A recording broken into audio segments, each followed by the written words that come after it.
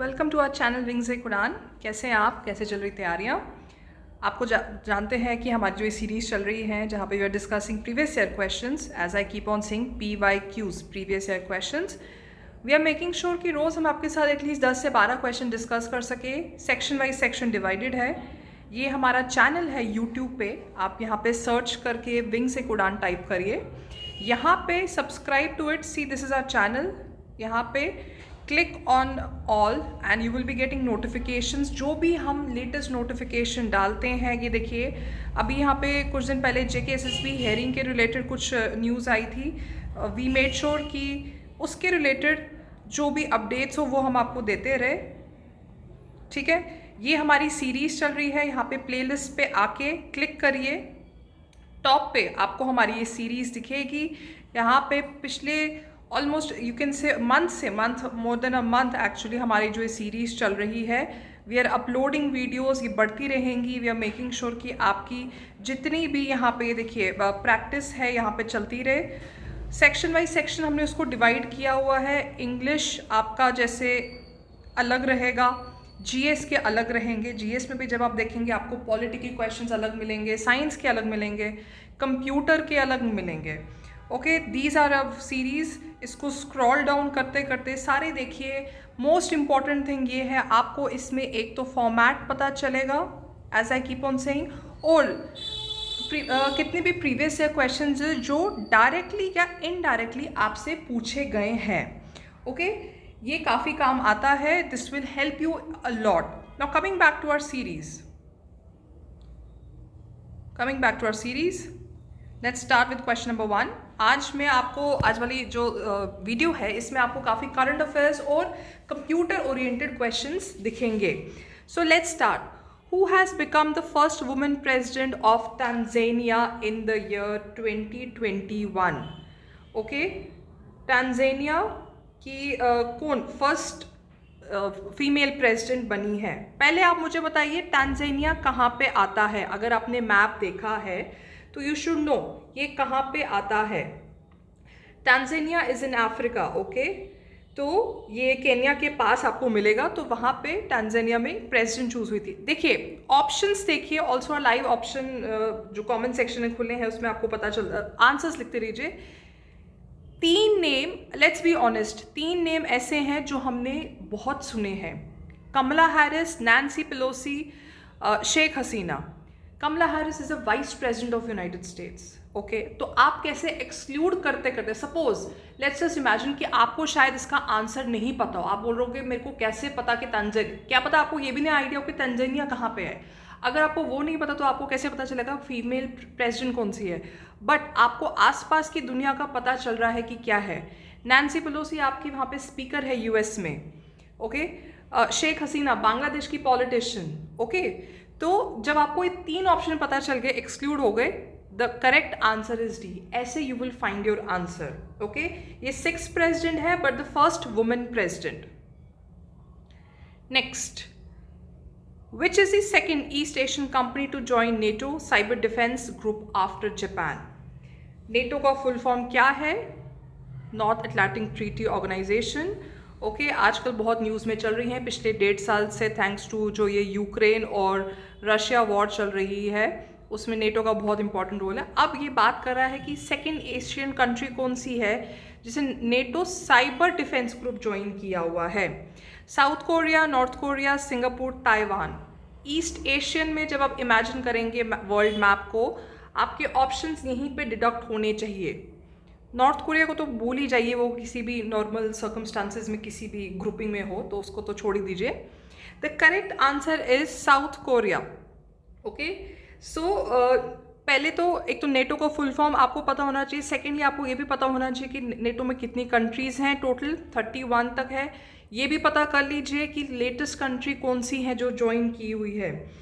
Okay, so जो ये cyber defence group था, इसका जो मेन एम था, it will help in cyber security threat.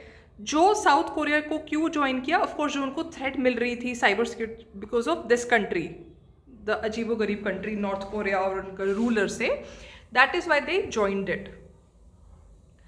Next, Who is the first Indian to become under 20 world champion in women's wrestling in National Games 2022? Okay, ये गुजरात में हुए थे गेम्स. अब बताइए इसका आंसर क्या है. अंतिम पंगल, सरिता मोर, Vinesh Phogat, Priyanshi Prajapati.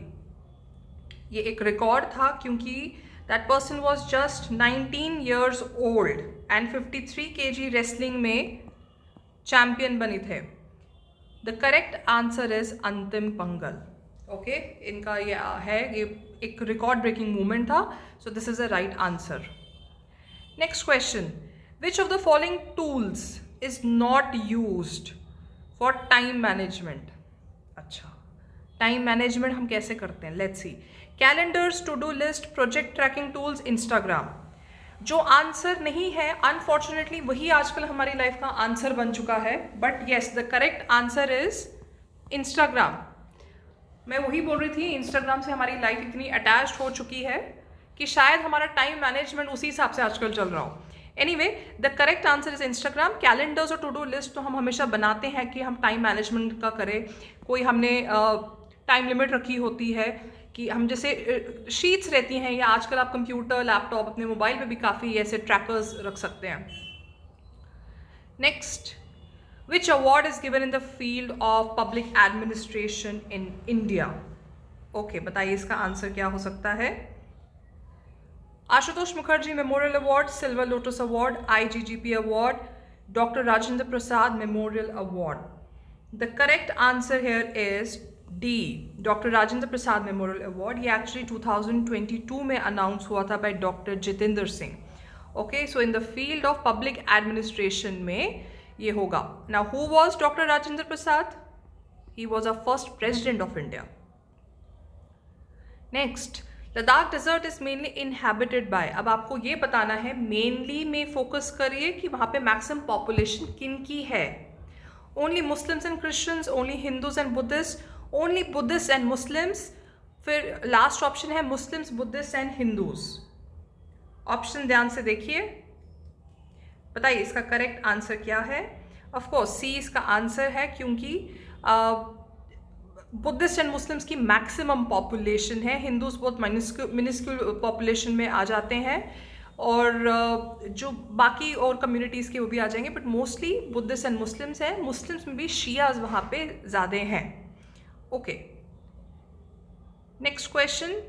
Which agency has been chosen as an external auditor by the Organization for the Prohibition of Chemical Weapons (OPCW) for a 3-year term starting 2021? External auditor जो चेक करेगा.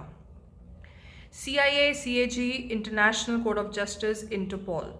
ये इजी होना चाहिए आपके लिए. CAG तो भूल जाइए, ये तो आपको इंडिया का ऑप्शन आ गया. The correct answer here is ICJ, international court of justice. कहाँ पे है ये? हेग. Where is Hague? अब वो मुझे बताइए आप कमेंट सेक्शन पे. ओके, सो जो ये बना हुआ था organisation for prohibition of chemical weapons, इसका एम क्या है? To eliminate an entire category of weapons of mass destruction. आपने देखी होगी न्यूज़, काफ़ी सालों से ये चल रही है केमिकल वेपन्स के रिलेटेड. मेरे को बता सकते हैं आप कौन कौन सी कंट्री में ये यूज़ हुआ है? अनफॉर्चुनेटली लोग सफ़र कर रहे हैं. ये सीरिया में भी यूज़ हुआ था. ओके, बाय अब इसको क्या करेंगे? Bye prohibiting it. सो उसके जो डेवलपमेंट है, प्रोडक्शन, रिटेंशन, स्टॉक पाइलिंग जो रहता है, दैट मीन्स कहीं पे संभाल के रखना, transfer of chemical weapons by state parties, इन सबको एलिमिनेट करने की कोशिश के लिए ये बना हुआ था.